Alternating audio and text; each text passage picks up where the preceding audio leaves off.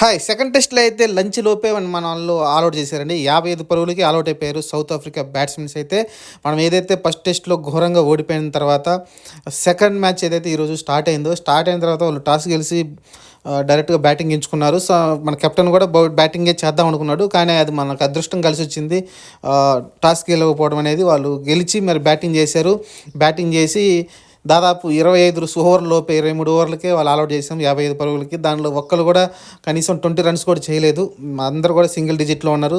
ఒక కొత్త బ్యాట్స్‌మెన్ ఇద్దరు మాత్రమే ఒక 15, ఒక 12 స్కోర్ అయితే చేయడం చూసాం. ఇంకా సిరాజ్ అయితే మైండ్ బ్లోయింగ్ స్పెల్ ఏసాడు. సిరాజ్ వచ్చేసి 15 పరుగులే ఇచ్చాడు. 6 వికెట్లు తీశాడు.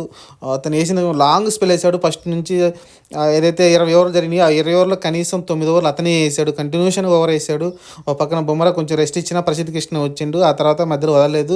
కానీ ఆ తర్వాత మళ్ళీ ముఖేష్ కుమార్‌ని తీసుకొచ్చారు. ముఖేష్ కుమార్ కూడా లాస్ట్‌లో